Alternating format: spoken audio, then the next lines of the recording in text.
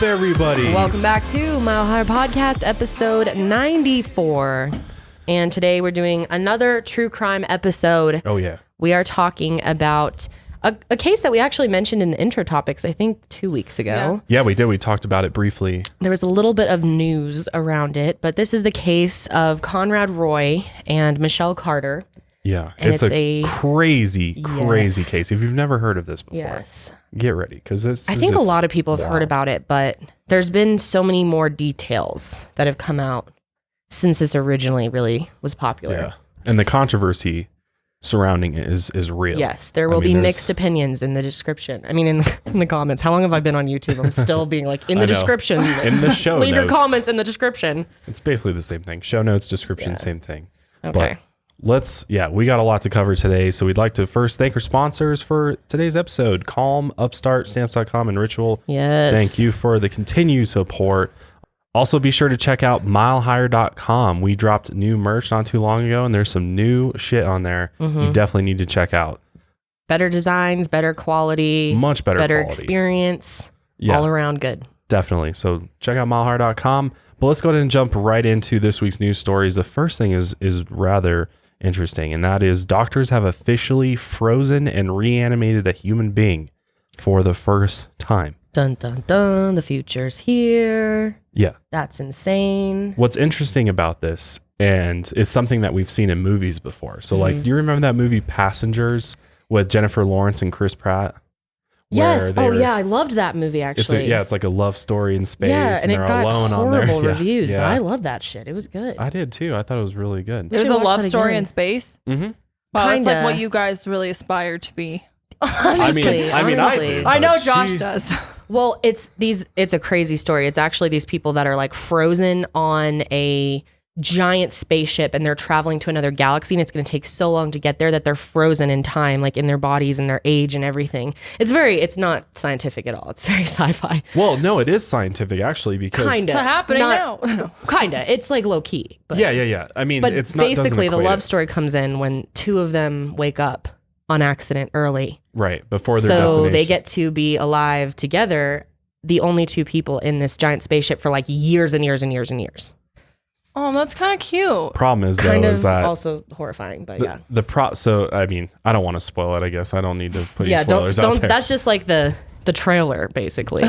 But it's a great movie, It is. and it's a lot like this because they freeze them, and then they bring you back when you're arrived at your destination. Well, it's not like You're freezing you as like in a freezer. Like you're not like an ice cube in there. No, But they didn't have lower that in your there body either. temperature to a really essentially bring yourself to almost like dead, like where you're kind of resting at a very, very low rate of activity.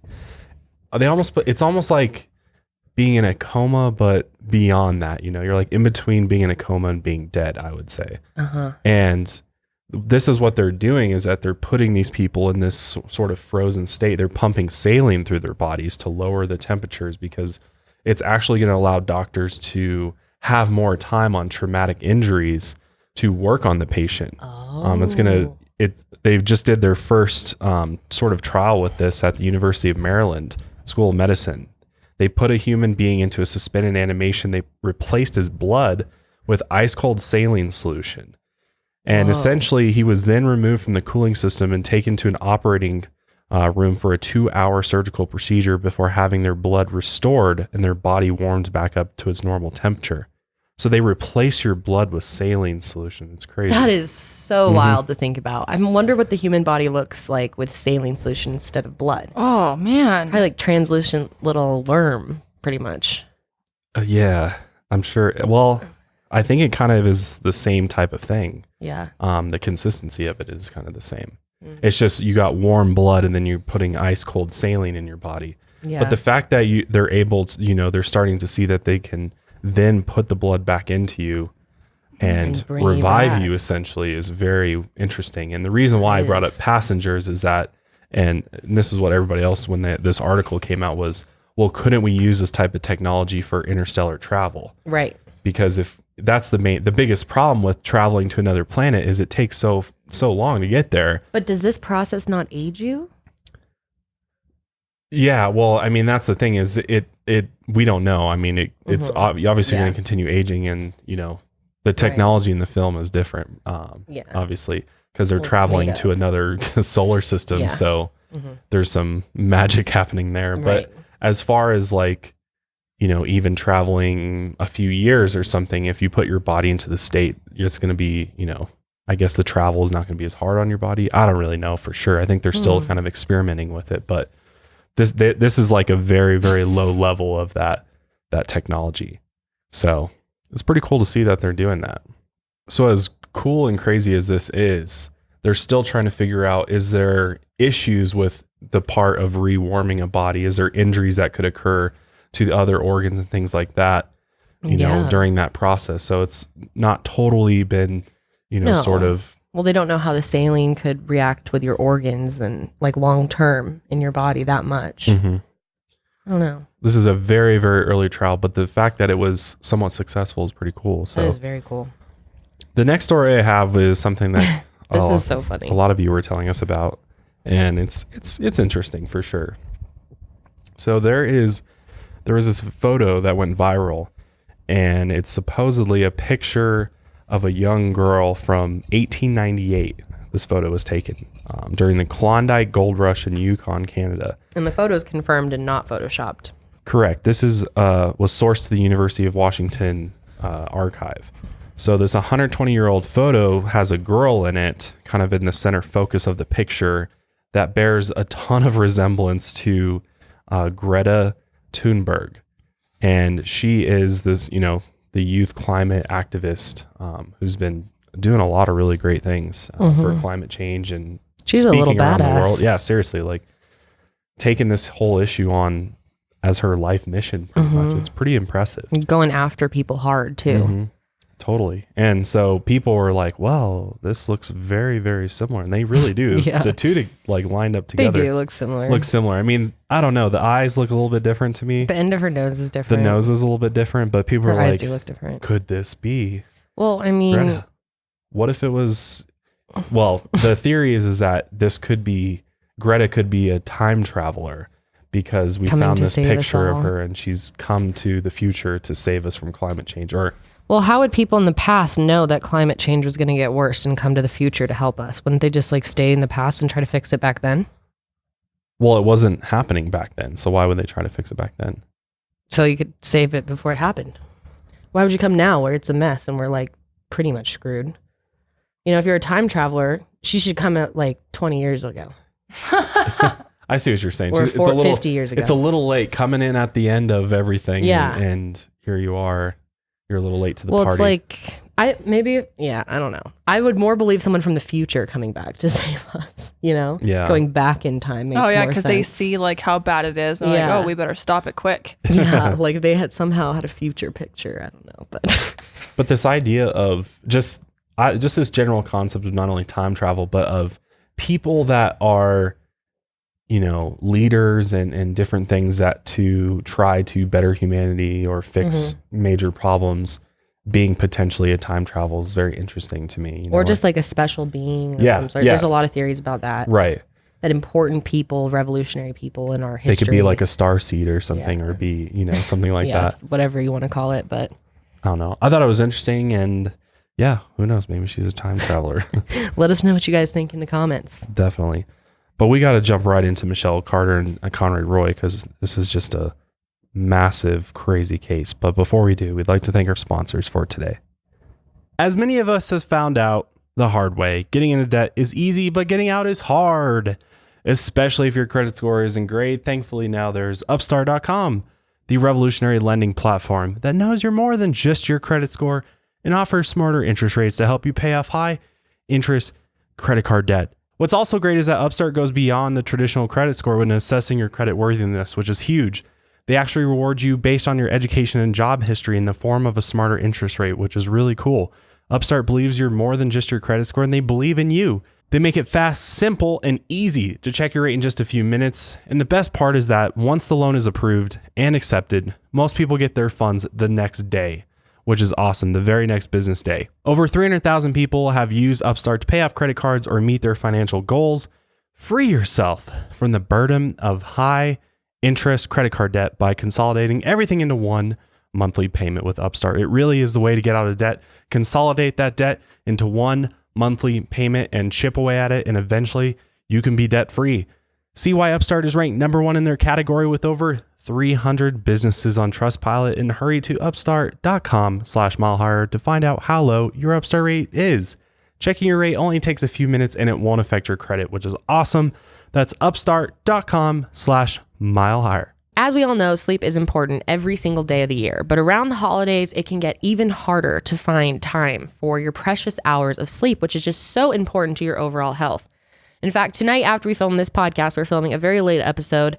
We are hopping on a red-eye flight to Florida, and I am going to be using my Calm app when I get on the plane because they have something called sleep stories that help so much to drown out the other noise and kind of distract you and help you drift off into dreamland. They're basically really easy to listen to. They're just descriptive and they sound really beautiful, but there's no, intense storyline or anything that you have to follow. It's just easy to drift off to. Holiday stress can keep us up at night, and there are so many gifts to buy and meals to cook, families to entertain. So it's time to put an end to all those racing thoughts and get your head into a good space for the holidays. And if you go to calm.com/milehigher, you actually will get 25% off their premium subscription. It includes hundreds of sleep stories and a bunch of other content as well, like soothing music from artists like Sam Smith, guided meditations, breathing exercises, and so much more. Over 60 million people use Calm. Join us today and get the sleep that you need tonight. For a limited time, our show listeners can get 25% off their Calm membership at calm.com/milehigher. It comes with unlimited access to their entire library, and new content is added every week. So get started today at calm.com/milehigher. Again, that's calm.com/milehigher. During the holidays, you oftentimes find yourself having to go to the post office to mail that package, mail that letter or gift for a loved one. And when you arrive at the post office, more often than not, especially this time of year, there is a line out the door. And who has time to wait in a long line, especially if you're trying to do it on your lunch break or, you're trying to beat traffic? Nobody has time to wait in line at the post office. That's why you need stamps.com, because anything you can do at the post office, you can do at stamps.com. Stamps.com literally eliminates the trips to the post office, plus it saves you money with discounts you can't even get at the post office. What a deal. What's awesome about Stamps.com is not only does it bring all the services of the post office right to your computer, but you can use it to buy postage 24/7, so you don't have to go during post office hours for any letter, any package, any class of mail, anywhere you want to send, which is so handy. And once your mail is ready, all you got to do is hand it off to your mail carrier, drop it in a mailbox, or schedule a pickup. It's that simple.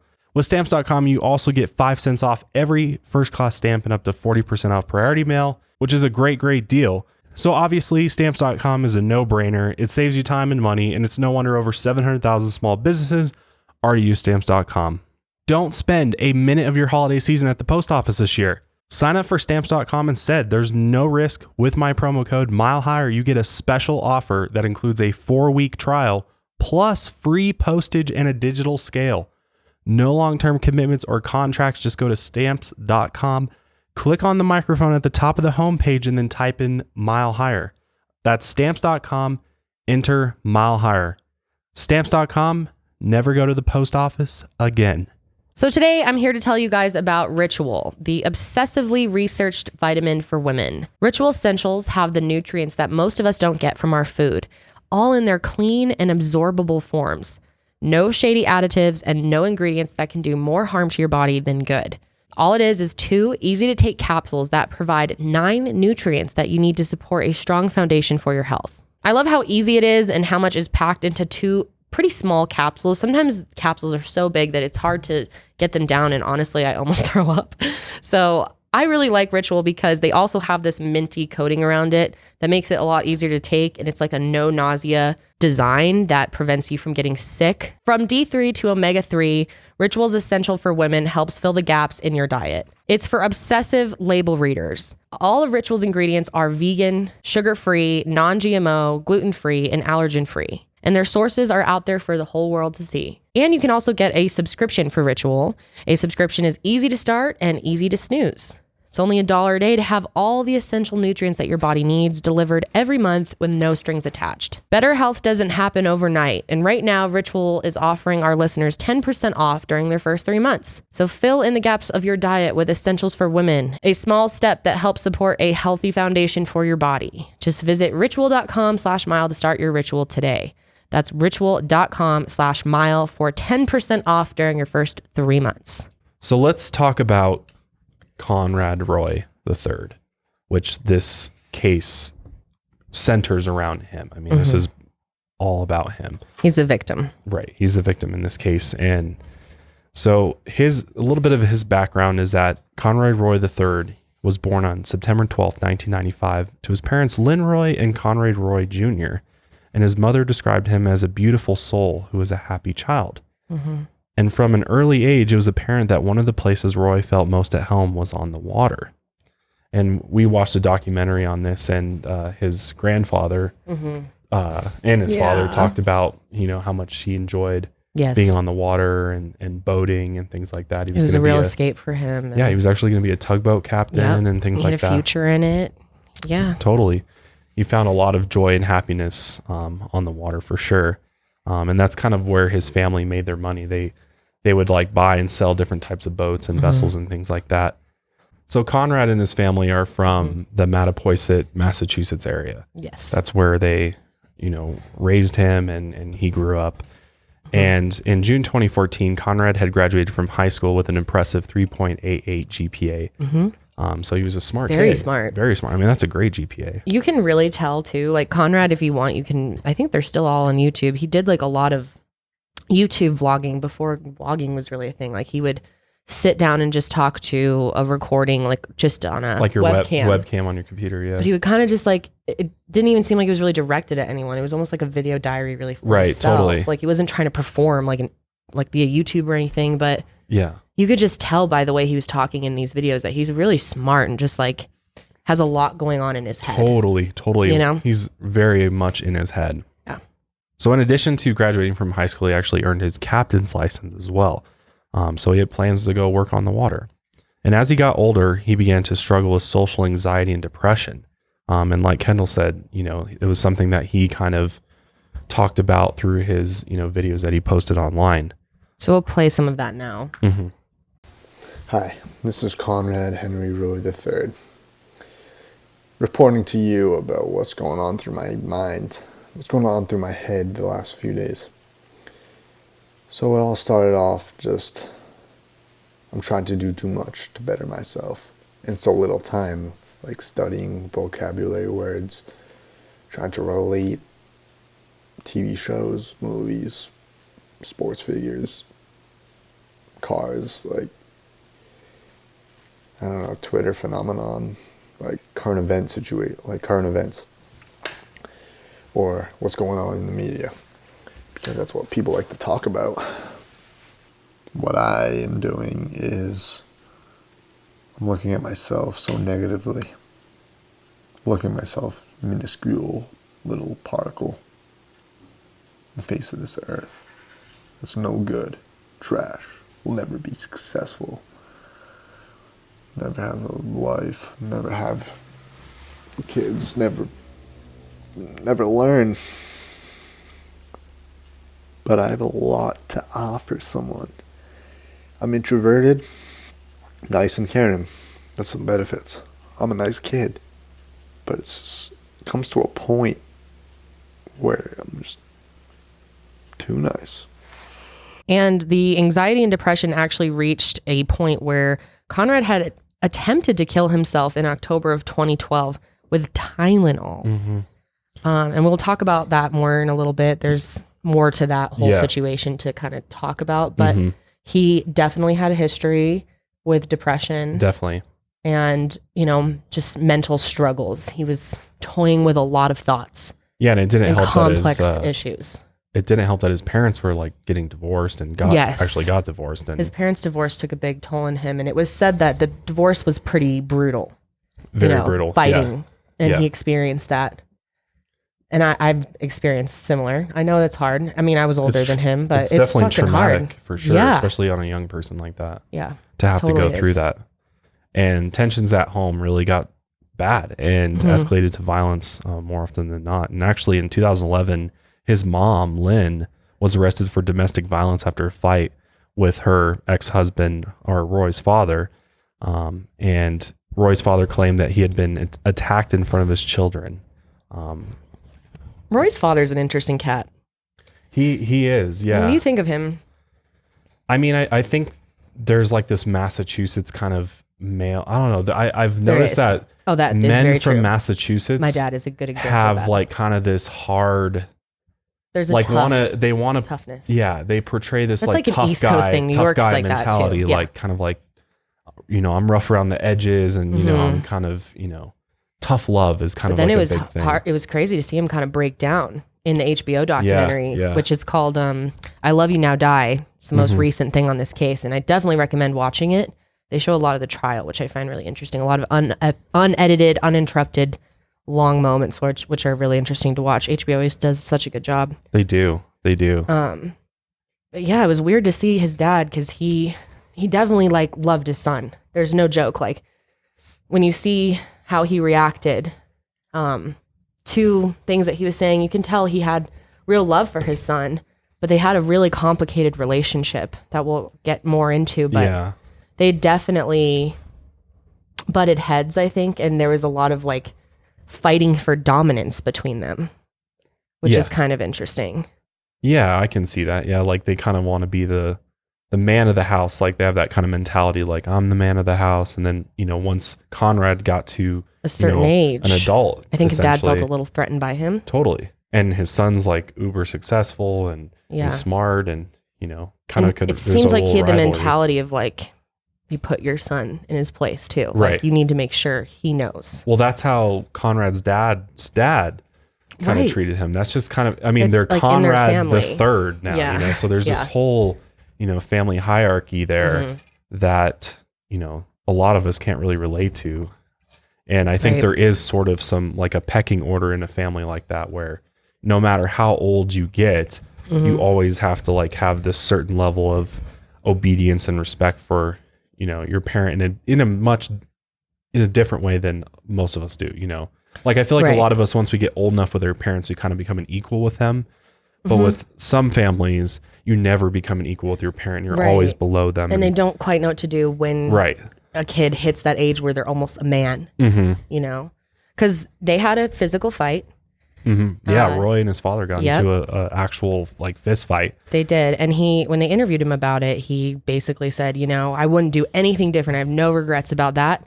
He hit his son. Like he hit him. Well, I think he was Conrad attacked me and I attacked him back. I put him in his place. That's what you do. Yeah. And I would do it to this day. Yeah. It's kind of this nature thing of I like, thought that was really interesting for him to say that. Yeah. I mean, I don't know if violence is the answer, but I guess in some families they just got to duke it out. But yeah. I mean, it's hard to say what was going on in the house. Obviously, Conrad's really the only one who could like explain how he felt about his parents and stuff. But it seemed like his relationship with his dad, especially, was really strained. Definitely. And it was difficult on him for sure. Definitely. It seemed like he was more in tune with his mother. Definitely. Definitely more of a mom's boy. Yeah, exactly. Seemed like they were pretty close. Yeah, totally. Like she understood his struggle better, I feel like. Yeah. And took it seriously. Yeah. Totally. Because I could see his dad just, if he ever voiced any opinions of being depressed or something, his dad just saying some type of smart remark or, he was one of those guys just like dust it off, and get back up or something. But how much can we judge him from these interviews, Like we don't know him. It's hard to say like either way what he's really like. Yeah. It's all speculation. Yeah. Based on that's like we're not in his family. We don't know. But what I do know is that this type of environment couldn't have been helpful to his mental health issues. Definitely not. I think it contributed a lot. Especially depression, like if you're dealing with depression, you really need that support from your family and you really need an understanding family that really gets it. So obviously the trouble at home is not helpful on Conrad's mental health, and his parents began to see him struggle in school, and they decided to get him professional help, and they took him to see psychiatrists and other mental health professionals. And that was when the family decided to put Roy on an antidepressant, which I think we know what that was. They put him on Prozac, correct? Yes. Which is a common SSRI that people get prescribed. So after they put him on the antidepressant, his family members really seemed like it helped him improve his life, and he seemed happier and seemed like he was doing better. And even in the documentary, when they interviewed him, they're like, it seemed like Conrad was getting better, and like they didn't really notice that anything was really off, and it seemed like his situation was improving. That's what they thought. But little did we know that he was entering this relationship with Michelle Carter. Really entering a whole nother fantasy world with really. Michelle Carter. Totally. So this is where Michelle Carter comes in. And the beginning of their relationship began in February 2012. Michelle was 15 then, and essentially they went to Naples, Florida to visit her grandparents. Conrad, who was 16 at the time, was visiting his great aunt a few doors down. So it was during this time that the two met each other, and they kind of got together and started doing some activities or riding bikes together at the beach, and kind of that summer fling type thing, that teenage love. Yep. They like to ride bikes and play, basically. Totally. And I think they really bonded over their mental health issues, and just a lot of the things they had going on in their life. I think they could really relate with each other. It seemed kind of like they would one up each other, though. Like, who's more... it was like kind of like the dramatics. Like, they almost fed off of each other's negative energy in a lot of ways. And like, who's more messed up in their head. Totally. That's what they were saying, at least, like who's made, he made the suicide attempt. So he's always kind of had that in her, but she's had depression. She's cuts herself. We can go into well, and they were both taking antidepressants as well. Yeah. So she has her own mental struggles for sure. Well, but they really fed off of each other. Totally. And I think the thing with Michelle and Conrad is they're both like pretty lonely people. Yeah, and what was interesting is that they both, so like after they got together initially that summer, they came back home after their trip or whatever, and they were both from different parts of Massachusetts. Yeah. She was from Plainville, and he was from Mattapoisett. Yeah, and neither of them really had tons of friends in their hometowns. Like, we'll talk more about Michelle, but Conrad didn't have like tons of really close friends. He actually talks a lot about social anxiety. So they bonded over feeling kind of like rejected, I think, in a way. Yeah, which is interesting because they both like participated in sports. They were both on sports teams. Yeah. Like he played baseball and she Conrad was on was even softball. Bullied too. Yeah, he was. He was. So I think they kind of related to that because I think Michelle was low-key bullied too. Mm-hmm. I mean, girls would say very passive-aggressive, nasty things to her from what I've read. She was always kind of like fifth wheeling all the time. Like she was always kind of there, never really had a solid group of friends. Well, she was just always searching for somebody to give her that attention that she wanted and needed. And, it came out in a way that was annoying to people, or people just felt clingy. Clingy, like kind of like bothersome. And like they'd kind of hang out with her at school, but then outside of it, there'd be like no interactions at all. And she'd be trying to get together with people on the weekends, and they would always make it up an excuse. And she did not ever have like a really close best friend. She never really bonded with anyone. She had trouble with all her relationships. And she was always questioning her friends. Like, yes. Are you mad at me? She was like that type. I don't know if you've ever dealt with somebody like that in your life or been friends with somebody like that in your life. I know I have in the past, and it can be tough because, you can only say so much to somebody for them to understand your friendship or kind of where you stand with each other. But some people, who may have mental health issues might just not understand it. Like in their brain, it's just not computing what your relationship with them is. So then they kind of come across as like, not desperate, but kind of just like clingy. Yeah, exactly. Like that's how a lot of girls kind of annoying. They won't leave you alone. Like, it's very insecure. I think where it comes back to you're not secure in yourself, and therefore you're longing for that person, like you guys were saying, to give them that attention, and you're willing to go to extremes in order to feel like finally you're getting the attention that you're longing for. And that's what she did. Totally. Definitely, that's what she did. This was all about attention. What's interesting though about their relationship is that they lived in separate towns and were really kind of a part of different social classes in a way. I don't even know if that's the right word, but you know, like Conrad came from, you know, get it dirty with your hands type, tough working, middle class working family. And then she came from more of like a, you know, more corporate type family that had more, you know, fancier Isn't it jobs. called like white collar and blue collar? Yeah, white collar and blue something? collar. Yeah, exactly. Yeah, I remember the documentary pointed that out. And Plainville was kind of like a, you know, more predominantly white area versus where Conrad was from was more diverse, you know, a little bit, you know, different types of people. Yeah, they lived there. pretty different lives. Different lives. What's interesting is that they were in a relationship for a while and they only saw each other like 5 times or something. I think even less. I don't know. I think it was like a handful of times. It was like 4 or 5 times. And they were only an hour away from each other. Yeah. And, you know, they're 15, 16. They got their license and stuff, but they didn't like really go see each other all the time. No, most of their relationship was done online. And I think they kept it from their parents a lot too. Because like his mom knew her and always thought she seemed like a nice girl. But like his mom said, you know, I had no idea that they were even starting a relationship, that they were girlfriend and boyfriend. You know, we didn't realize that. We didn't realize how much they were talking. And I mean, this case it's a big lesson for parents. I mean, it definitely was eye-opening for us, even about how much we will pay attention to our kids' stuff, because a lot of it, technology specifically, because it's so easy nowadays to have a relationship online completely hidden from everyone else too. It's so especially you have all that these apps and you have DMs that anonymity or whatever online, right? And you can enter a relationship with virtually anybody, and you can hide everything you do online, right? And you can have a full-blown, you know, romantic relationship or whatever. And it's like you want to know what your kids are doing, but you don't want to like spy on them and read their love messages. But like at the same time, it's hard to find that boundary of respecting their privacy and trying to give them, you know, independence and letting them feel like they can be their own person.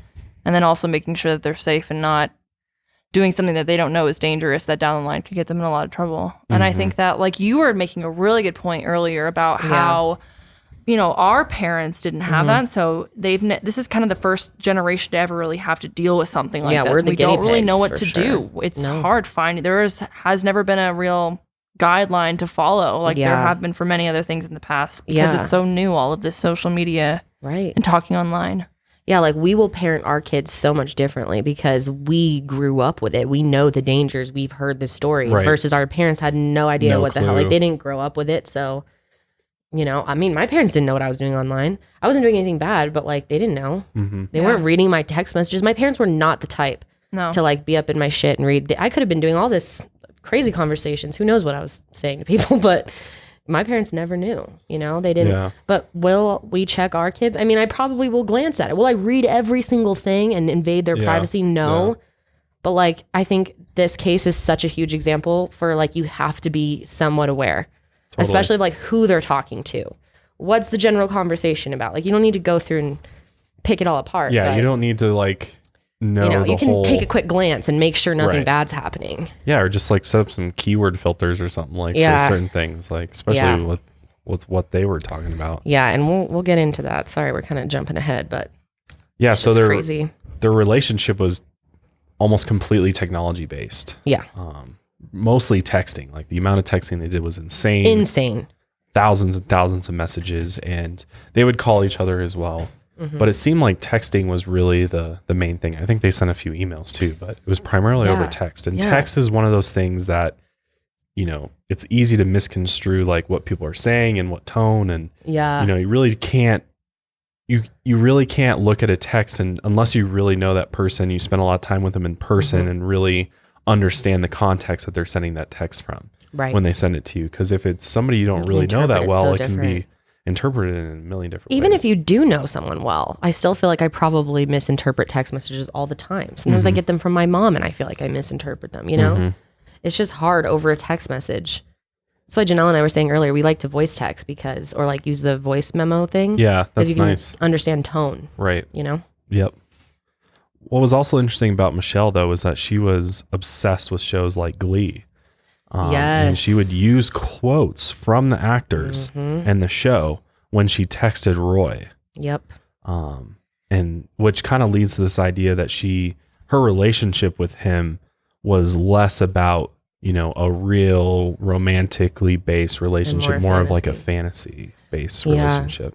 So like we mentioned earlier, that October of 2012, Conrad did try to kill himself by swallowing a bottle of Tylenol, and he went to the hospital. Luckily he was there for like a week too or something crazy. Then they were able to save him.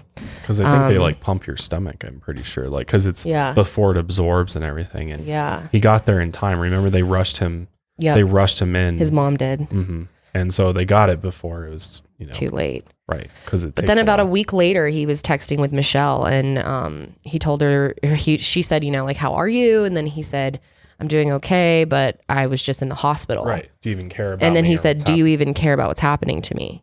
And then she was like, why were you in the hospital? Oh my God, is this my fault? Blah, blah, blah. Mm-hmm. And that was kind of the first of them talking about that. Mm-hmm. So Michelle and Conrad are texting back and forth, and they're kind of like comparing, different things that are happening to them and having this very, very bizarre conversation with each other. He's talking about how he like fucked up his stomach from the Tylenol, and she says her eating disorder, which she had anorexia. Yes. She's like, the anorexia is killing her liver. Mm-hmm. And then which it does. Kills your whole body. Mm-hmm. And then they both said they saw the devil. Like he saw the devil in the hospital, which was weird. Yeah, he said, just I saw the bizarre. devil. And then she was like, I see this devil too. And then they talked about how they were going to ride off into hell together one day. Right. Like it was the weirdest thing. They're like, maybe we're meant to be together because we both see the devil. Mm-hmm. Like they were in a very weird headspace at this time. So after Conrad, went through that first suicide attempt, I think things kind of settled back down a little bit because 2013, there's not a whole lot that we know of between them as far as what I could find. I mean, there's probably stuff out there, I'm sure. Yeah, but, they were talking. I think they were just talking back and forth. I don't know how much has been released. Right. There's only so much online. Yeah, because we know like kind of how it started and then how sort of everything came to an end here. So now we're getting into 2014. And in the beginning of 2014, Conrad started having some issues at school. He was actually suspended from school because of fighting. And so, Definitely acting out. Mm-hmm. So he actually, went to see a friend of his named Tom Gamble. And it was a person that he played baseball with and, played video games with. But, that was kind of the extent of their relationship. It wasn't like they were, he didn't really have any like close male friends at all. Like he didn't have anybody. And there's just this interesting text with his mom where he said, the visit was a bust. I haven't slept good. I'm feeling anxious. I'm feeling down. I don't know why. I can't just be normal. And he said things like this a lot. Like, why can't I just be normal? Like he didn't feel normal, like a normal guy. It can be so confusing to be having those struggles. Like I remember I was in college when I first started having symptoms of depression, and I was like totally confused by it. I was like, I'm really happy in my life. Like, why am I feeling this way? It's like a really weird, trippy experience almost, because you're like, I feel like I have no control over my own mind. Mm-hmm. Mental health struggles are some of the most difficult things humans go through. Yeah, I mean, I can't even relate because I've never struggled with any sort of mental health. And it's like oftentimes such a silent, lonely battle. Totally. For people. Totally. And I mean, I've known people that have, and from what they've told me and stuff, I can totally see how you just not feel comfortable like in your own skin, and just how hard everything would be, and especially relationships would be very difficult. Definitely. So in June of 2014, Michelle was having her own struggles as well. She was actually admitted to McLean Hospital to be treated for anorexia. So not only did she have, the antidepressant, or not only did she have the depression issues, but she was also battling an eating disorder, which I can't even imagine those two combined, or if one caused the other potentially. Well, it all kind of goes hand in hand, Mm-hmm. They're all triggering each other, basically. Mm-hmm. But while she was being treated, she actually told Conrad that he should join her and to get help for his depression, which is interesting. Yeah, it was interesting. At one point, she was encouraging him, and she was a helpful voice in his life. Yeah. Yeah, there's actually a text conversation, which we're going to read a lot of, in order to understand the relationship, you have to read some of their text conversations, because that's really where we learn a lot about them, is from their text. Yeah. So this one is from June 19th, 2014, and this is where Michelle urges Conrad to get medical help for his suicidal thoughts. So she says, but the mental hospital will help you. I know you don't think it would, but I'm telling you, if you give them a chance, they can save your life. Part of me wants you to try something and just fail so you can go get help. It doesn't help. Trust me. So what are you going to do then? Keep being all talk and no action and every day go through how badly you want to kill yourself? Or are you going to try to get better? I can't get better. I already made my decision. So Conrad doesn't take her, offer to get help. And then 3 weeks later, he tells her that he's suicidal. We should be like Romeo and Juliet. I'd love to be your Juliet. But you know what happens at the end. And she said, oh yeah, fuck no. We are not dying. That is not funny. I thought you were trying to be romantic. I know, I tricked you. So it's like, when you see this kind of stuff, you see, oh, so there was a point where Michelle was trying to help or like try to steer him in a better direction. Right. Which is important to remember later on, for sure. Yes. And then they have another text exchange on June 23rd, 2014. And in this exchange, Michelle discourages Conrad from harming himself. How do you know you want to harm yourself? Something I don't know yet. Please don't. I hate myself. I'll always hate myself. I'm never going to view myself as good. I'm so far behind. What is harming yourself going to do? Nothing. It will make it worse. Make the pain go away, like you said. It will make the pain go away temporarily, but when you're done, you'll just regret it and feel even worse. So again, she's encouraging him not to have these thoughts or do the things that he's thinking about doing. Mm-hmm. But then things started kind of taking a different change of tune here on June 29th. And it's weird because this happens really fast. Like the last message we just read was June 23rd. So literally like less than a week later, she flips. Like it's something clearly kind of happened in her head. Yeah. So then she kind of began to conspire with him on June 29th. She says, what about hanging yourself or stabbing yourself? And then the next day she asked him, why don't you just drink bleach? Jesus. Like, it's almost like maybe she got tired. I think maybe in a way she was trying to get better and keep her mental state better. And him like constantly nagging her down or like bringing up suicide or bringing up all these like stressful things. Maybe eventually she got sick of it and she like that's a good point. Changed. Yeah. I don't know. It's hard to understand what could have been possibly going on in her mind. Totally. To tell someone to go drink bleach. Like, how do you understand? How do you make sense of that?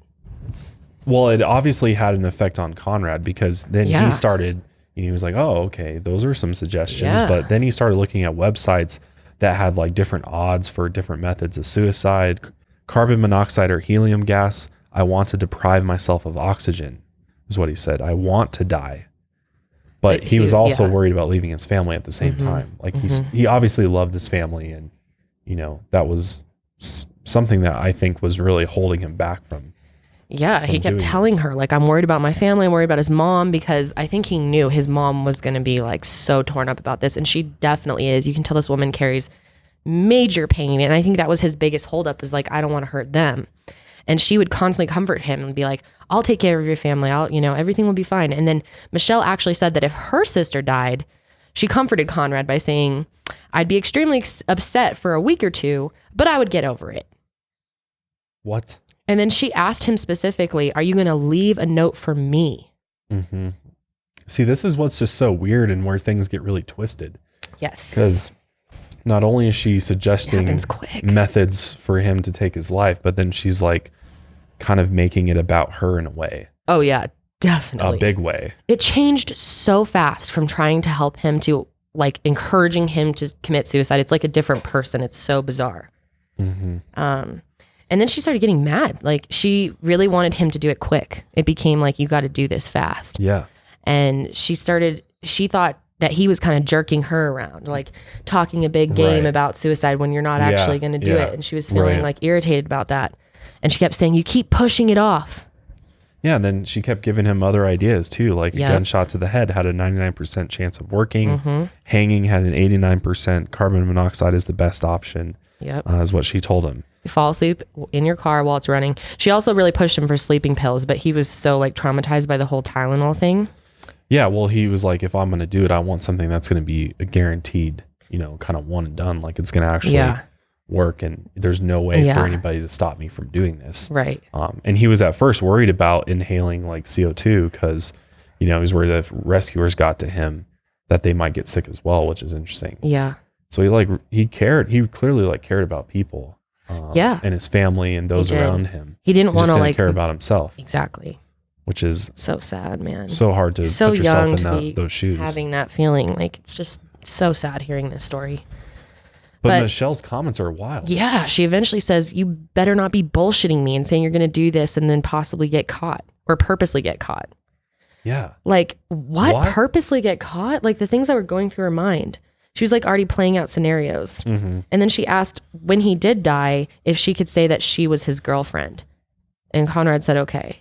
I wish I could get into his head when she's saying this stuff. I would love to hear what he thought. And think what's going through his mind as she's saying, what the hell? Like, I wonder if he's a smart guy, and I'm wondering if he's questioning her motives in this, or if she really cares about him, or if this is about her and all about what she's trying to get out of this. You'd hope that he would have realized that, but it doesn't seem like that. Mm-hmm. Because then it gets worse. It does. On July 7th, 2014, Michelle told Conrad how she would handle the situation. Mm-hmm. If you were in my position, honestly, what would you do? She said, I would get help. That's just me, though. When I have a serious problem, that is my first instinct to go get help because I know I can't do it on my own. And then later that day, they talked about the best way for him to produce carbon monoxide. Right. She says, well, there's more ways to make CO. Google it. Oh my God. What? Portable generator. That's it. And that's almost becomes the murder weapon here, is the portable generator. Mm-hmm. Yeah. And it's interesting because he ended up being the one that first brought it up, which is huge. Mm-hmm. She didn't tell him to use the portable generator. He found it after, she told him to Google it, but then he found it, and that's huge. Yeah. And then the next day they have another rather weird text exchange. So you sure you don't want to kill yourself tonight? What do you mean, am I sure? Are you definitely not going to do it tonight? I don't know yet. I'll let you know. Because I'll stay up with you if you want to do it tonight. Another day wouldn't hurt. You can't keep pushing it off, though. That's all you keep doing. Gosh. And it's kind of interesting how she goes back and forth. Yeah. I'm I would get help if I were you. And then do it now. What? She was almost playing the opposite of him, because he's clearly having doubts of doing it. Because it's from what I understand about people that are suicidal is that, if you're going to do it, you're going to do it. Right. But if you're wrestling with, whether or not you're going to do it, chances are you probably don't want to do it, and you're probably not going to do that to yourself. Yeah. Well, that becomes the big question here. Yeah. Would he have done this? Right. If she wasn't encouraging him. If she wasn't having this constant exchange with him almost every day, it seems like. Yeah. Almost treating him like, you baby, you don't want to do this. Get it done. Mm-hmm. Just get it done with. Mm-hmm. What are you? It's so insane to see these messages. This case is so shocking. That's why it got so much coverage and attention, because it is so bizarre how she was texting him these things. Yeah. It's something we've never seen before, really. Yeah. Really. I don't think I don't know. I can't think of a case that's really that similar to this. It's so weird. And the court system had no idea what to do with this, but we'll get into that. And I'm sure as you're listening to these text exchanges, you're really starting to, get a better idea of who Michelle is and well, a lot of you probably heard us in the intro topics 2 weeks ago. We explained it briefly, but. So in this text exchange from July 11th and 12th, 2014, Conrad's talking with her about concerns of how his parents would handle his suicide. And he says, I'm just too sensitive. I want my family to know there was nothing they could do. I am trapped in my own thoughts. No, I would be happy if they had no guilt about it, because I have a bad feeling that this is going to create a lot of depression between my parents and sisters. I'm overthinking everything. Fuck, I gotta stop and just do it. I think your parents know that you're in a really bad place. I'm not saying they want you to do it, but I honestly feel like they can accept it. They know that there's nothing they can do. They've tried helping. Everyone's tried. But there's a point that comes where there isn't anything anyone can do to save you. not even yourself. And you've hit that point. And I think your parents know that you've hit that point. You said your mom saw a suicide thing on your computer and just didn't say anything. I think she knows it's on your mind and she's prepared for it. Because basically what happened was Conrad was looking at those methods for suicide, the chances. And he told Michelle, oh my God, my mom just walked in and saw it and like ignored it and didn't say anything. Which I'm like. And she was like, well, that means that she doesn't care. She wants you to do it. Immediately, that's what she told him. Yeah. Does the mom confirm that? I don't know if they've ever questioned her about that or not. Yeah, I don't think it's as far very as what possible we've seen. Conrad made it up. I mean, I'm sure there was lies going back between the two of them. Exaggerations. I mean, because what the fuck? What I'm parent? sorry, but yeah, what the fuck? Yeah, you'd hope that she didn't see that shit. But I mean, he could have just made it up. I don't know. I don't remember. Yeah. I don't know. But she said, everyone will be sad for a while, but then they'll get over it and move on. They won't be in a depression. I won't let that happen. They know how sad you are, and they know that you're doing this to be happy, and they will understand and accept it. They'll always carry you in their hearts. Can you imagine saying something like this to someone? I mean, it's so absurd. It is. And then Conrad goes on to say, I don't want anyone hurt in the process, though. I meant when they open the door, all the carbon monoxide is going to come out. They can't see it or smell it, whoever opens the door. And then she said, well, they'll see the generator and know that you died of CO. That's so weird that he's thinking about the people that are going to find him. I know. He was Isn't such that, a good like, guy. He's such a good guy. God, it's really sad. Just, It's a total shame that this happened. And then he said, hey, can you do me a favor? Yes, of course. Just be there for my family. Smiley face. Conrad, of course, I will be there for your family. I will help them as much as I can to get through this, and I'll tell them about what an amazing son and brother he truly was. I don't know, her text doesn't completely make sense there, but yeah, telling them like, I will help them and I will comfort them. Yeah. Meanwhile, the family's like, who the fuck are you? Yeah, seriously. They like barely knew her. Seriously, it's so bizarre. And she wanted to play this whole role for them. Then he says, I don't know, I'm freaking out again. I'm overthinking. I thought you wanted to do this. The time is right and you're ready. You just need to do it.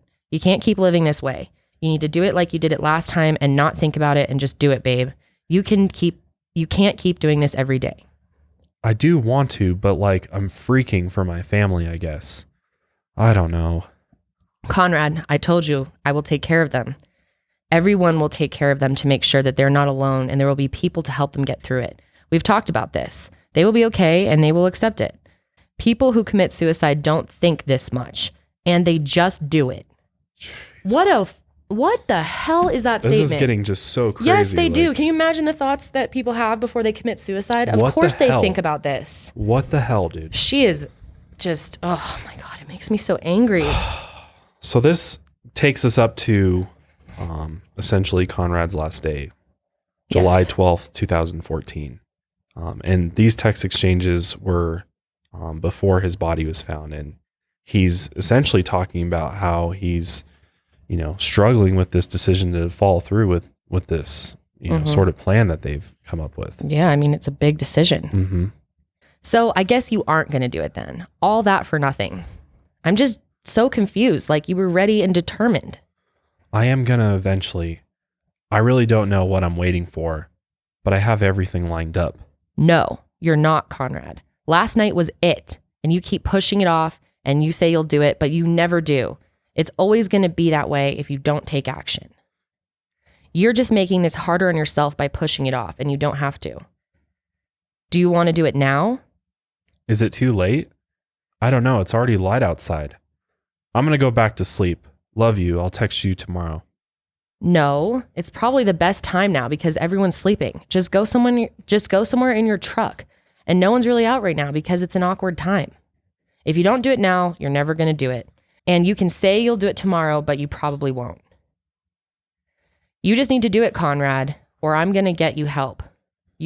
That's so insane. You need to kill yourself or I'll get you help. Crazy. What? You can't keep doing this every day. Okay, I'm going to do it today. Do you promise? I promise, babe. I have to now. Like right now? Where do I go? And you can't break a promise. Just go into a quiet parking lot or something. So then at 5 p.m., Michelle texted him and said, are you going to do it now? And that's when he told her he was stressing out.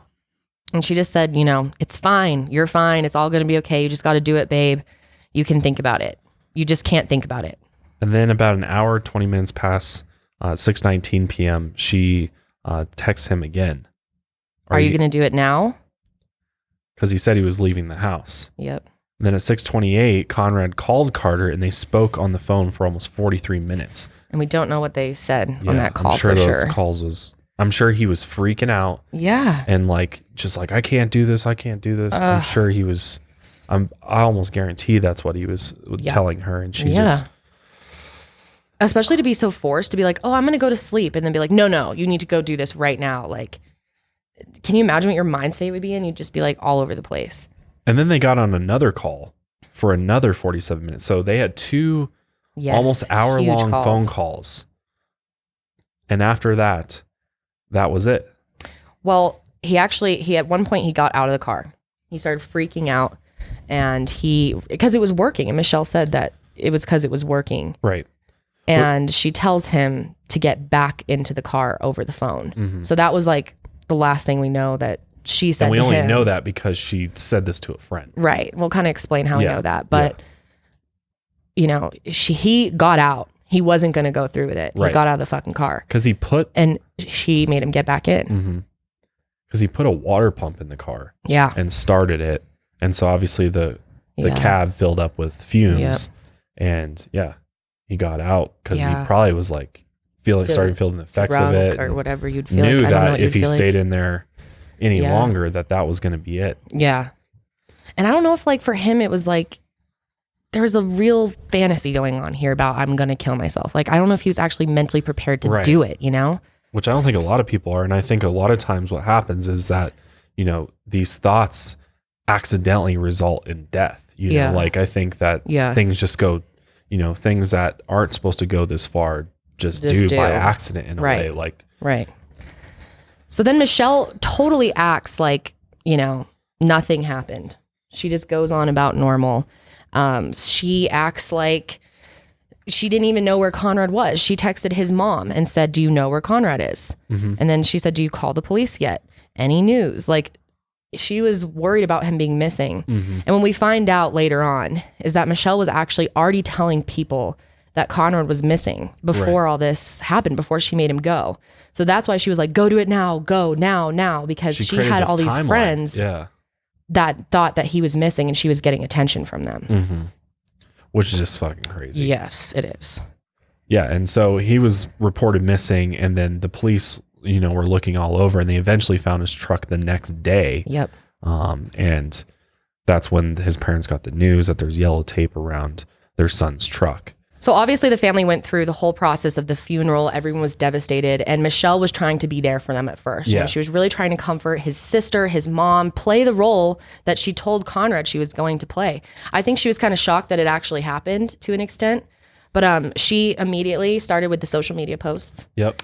Feel bad for me. She was taking quotes from Glee, putting it in the social media post about my boyfriend and everything. Yeah. And she immediately used it as a tool to gain friendships and relationships. Get attention from her friends. Because of course all of her friends are like, oh my gosh, I'm so sorry. Yeah. This happened to you. Your boyfriend, to have your loved one, commit suicide is huge and really painful. And so she got the sympathy and pretty quickly after, she actually started this event called Homers for Conrad. And it was this baseball fundraiser thing. But the weird thing is she did it in her town. Versus Conrad's not where town. Conrad lived. And Conrad's friends and family were like, hey, why don't we move it where, people knew him in this town. Yeah.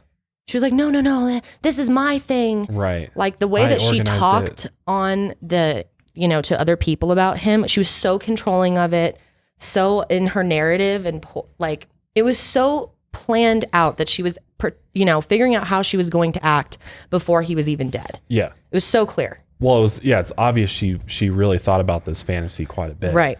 And was ready for it when it happened. I mean, she had plenty of time. Yeah. And I mean, meanwhile, she doesn't know this, but police are on it. Mm-hmm. They get to the scene, they see Conrad dead, and they find his phone. Mm-hmm. And the first person they see on it is an open message with Michelle Carter. Yeah. So that's instantly on their radar. And they start going through the messages and they're like, holy shit.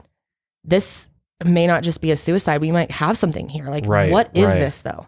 But what is it though? Because how can you hold someone accountable for someone else killing themselves? Was there a crime committed? Because technically, this is like freedom of speech. You can say the craziest, most heinous shit, but does that constitute a crime? Yeah. Or telling that to somebody else, she didn't actively physically participate in helping him kill himself or anything. It's not like that. She was there holding the gun. She wasn't telling it. She wasn't there telling him to get back. She didn't force him into the car or anything. And then a lot of their conversations were on the phone. So we don't necessarily know how hard she was pushing him. There's only so much evidence for that. I mean, there's still quite a bit. But the thing that really sunk Michelle's ship here, and this just blows my mind that she didn't think that this was going to be found.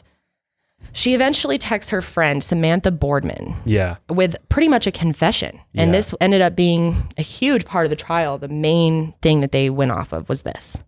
She said, I could have stopped him. I was on the phone with him and he got out of the car because he was working and he got scared. And I fucking told him to get back in. I could have stopped him, but I fucking didn't.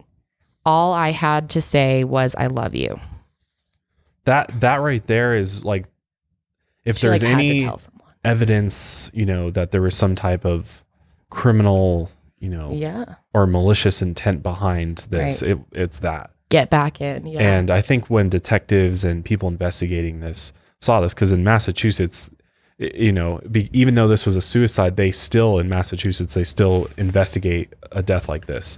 And that's really the reason why, in other states, if it's a suicide, they just close up the case and move on. But this was luckily so in this case, they actually investigated it and they, found the text messages, which there was so unique. So many text messages. So many messages. And there's just so brutal. Like, do it now. Like the forcing him, the timeline, like, so, I mean, this is something totally special here. Not special, but totally unique to the judiciary system. They don't know what the hell to do with this. Like, this ended up going to Boston Supreme Court, and they didn't really know. Yeah, so the police went through all of her phone and everything. They recovered 317 pages of text messages between these two. Sorted through all of them. Read through most of them. And the picture that gets painted is, and essentially why they ended up indicting Michelle Carter for this was because it really seemed like, she assisted in this suicide of Conrad. Yeah, like but it's hard though. It's hard. It's assisted suicide of someone? I don't know. It's very difficult, like legally, how do you punish someone for this? Or how do you I don't know. This was such a different case. Well, it was enough for the DA to, not indict her. Right. And for involuntary manslaughter. Yeah. I mean, that's what they indicted her for. Yeah. She was basically the reason for why, indirect reason for why he killed himself. Without her, he would be alive today. That's the main thing that ran off. And that's what both the detectives who investigated the case said, is that Without based upon her, the text that we read and the conversations that they had, she would have stayed out. There's 317. Yeah, and there's 317 pages. We don't even know the full extent. Neither of us have read through 317 pages. Right. I think if you really dove into this on a very deep level, I think it would you might lean even more heavily towards Michelle definitely played a role in his death. And where it becomes difficult is that, Conrad did have a history of depression. He definitely could have done this without her, 100%, whether Michelle was there or not. But would he have died this specific time without her? Probably not. Would he have driven to the Kmart parking lot that night when he said he was about to go to sleep? Probably not. If he got out of the car, even if he got to that extent and he got out of the car, he probably wouldn't have carried through with it unless it was for her. Right. But from Michelle's perspective and the defense, they were like, there's no law that makes this a crime. Right. In the state of Massachusetts. I think there was 8 or 11 states or something where there's not a law for this type of situation because it is pretty unique. Right. Situation. So her parents, formed a legal team and tried to get as many experts as they can in, and they basically, the defense all lies on her medication, really. Yeah. She was on Celesta, Janelle, do you remember? She was on some type of SSRI. Yeah. Okay. So Conrad was on Prozac. They're both, struggling with their mental health here. They're both on antidepressants. And it's argued that that is what caused Michelle to do this. And can you kind of explain this like manic state a little bit? It's kinda... some people, there's a certain condition that you can get when you're starting to take SSRIs, and it's very, very rare, but some people have this reaction where they become kind of manic and they enter a state of mania where they have extremely high mood, very elevated, inspired, creative. Well, sometimes they'll, stay up for 48 hours straight and be, doing a bunch of things. And it's a lot of people who experience this will mistake it as, oh, my antidepressants are working and I'm feeling great. But that's not how it works. I could see how you would think that too. Yeah. And many times when people have, bipolar disorders and stuff, they'll experience those really high highs followed by really low lows. Mm-hmm. And so, that's not typical with SSRIs, but I guess that some very small percentage of people will have that, especially when they first start taking it. It will appear as as a manic episode. Yeah. So that's basically what they argued in court is she was in an intoxicated state. Yeah. Right. She was out of her mind. She barely knew what was going on. She was clouded by her medications. And that's like totally... Seems pretty valid. Yeah. I mean, it's hard. It's very hard. It's hard because where do you draw the line between... a mental illness and just somebody's personality or somebody's who somebody is at their core. Yeah. Right. How do you, nobody knows where that line's drawn. And you could always, so many times in other criminal cases, people just like, I'm insane, plead insanity just to try to get, a lesser sentence or whatever, or get the prosecution to believe something else. People totally abuse that. How do you know? Mental health. You really don't know if it's, the mental illness or a character flaw. So, well, it's like, I think the biggest thing here for Michelle is like, she didn't do this like convincing him for very long. It went from helping him to wanting him to kill himself very quickly. And it kind of does show that maybe she was in a manic state. Maybe she was out of her mind because it seemed out of character for her for the most part. Yeah. So anyway, something could have switched in her brain that then went down this dark road with him. Right. And in a way, maybe she was kind of living through him in a sense. Like maybe she was having some of the same thoughts and feelings, and maybe she was kind of channeling that through Conrad. And obviously that didn't end up good at all because he ended up doing exactly what she told him to do. Right. But at the end of the day, it's like they were both mentally ill. They both had, they shouldn't have been, in this type of relationship at all. Yeah. And I mean, they argued too that like, even after she knew that he died. I mean, she listened to him die on the phone. Yeah. She was on the phone she with talks him. about how he was like crying in pain and stuff. Yeah. Like it's crazy. Sick. And then she goes from that to like telling, asking his mom, where is he? Like, exactly where the fuck he is. And his sister, let me know if you hear anything, blah, blah, blah. Like, and she knows he's gone at that point. Mm-hmm. It's very weird. So, I don't think anybody can, except for them, can really understand what that would be like or how you would deal with that, or because all of our brains are different. That's what's so crazy is that you can throw prescriptions and antidepressants at people, but at the end of the day, none of us know how it's going to affect your brain chemistry because all of our brains are different and we all accept these medications differently. So who really even knows? I mean, how does a psychiatrist even know what how your brain's actually reacting to these medications? They don't. All they know is that there's these general side effects, and that's why people have such bad reactions. They have to switch you all the time, try to figure it out. Defense says that it was basically side effects of the medication that kind of led her down this dark rabbit hole with him. Yeah. But then on the other side, with Conrad's family, I think they truly believe that she's just kind of an evil person. There's a lot of people that believe she's just pure evil. Yeah. And there was malicious intent behind this, and that a lot of people have sympathy for her too, as a kid who's struggling with an eating disorder, mental health. It's really she's tough. Cutting herself, and and it does happen. This manic state does happen. It's not like these medicines affect everyone the same way. You can say, "Well, I take Prozac, and it doesn't make me want to kill someone," but or not kill someone, but force someone to do. Basically, what they argued in court is like she felt like she was doing the right thing. She felt like she was helping him because her mind was so twisted. So I don't know. I literally can't come up with she irritates me to no end. I'm so annoyed at all of this, but legally it's tricky. It's very tricky. There's actually another case almost exactly like this that's happening really? right now. Yeah. Oh, okay. There's another one that we'll have to look at, but yeah, I think we're going to probably see more of these types of cases in the future. Yeah. And so Michelle Carter, she essentially got sentenced 2.5 year sentence. Yeah. With 5 years of probation.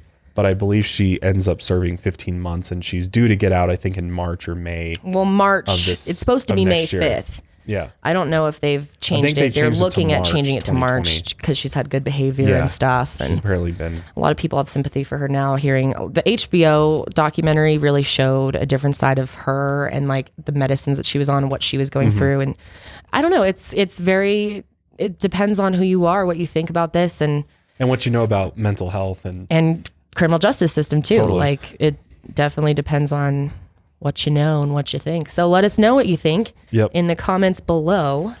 Yep. And just a last note, it did lead to Conrad's law, which basically makes it so, if you act or in helping or encouraging someone with a known mental illness to commit suicide outside of a physician setting, that would it should be criminal action for that. So to take advantage of someone in such a vulnerable state. Totally. Yeah. Yeah. This is it's a very controversial case. I feel so bad for Conrad's family. I mean, he seemed like a gem of a kid, and it's a real loss. Maybe he would still be alive if they hadn't have even met each other. I mean, who knows? I think there's a good chance. I do too.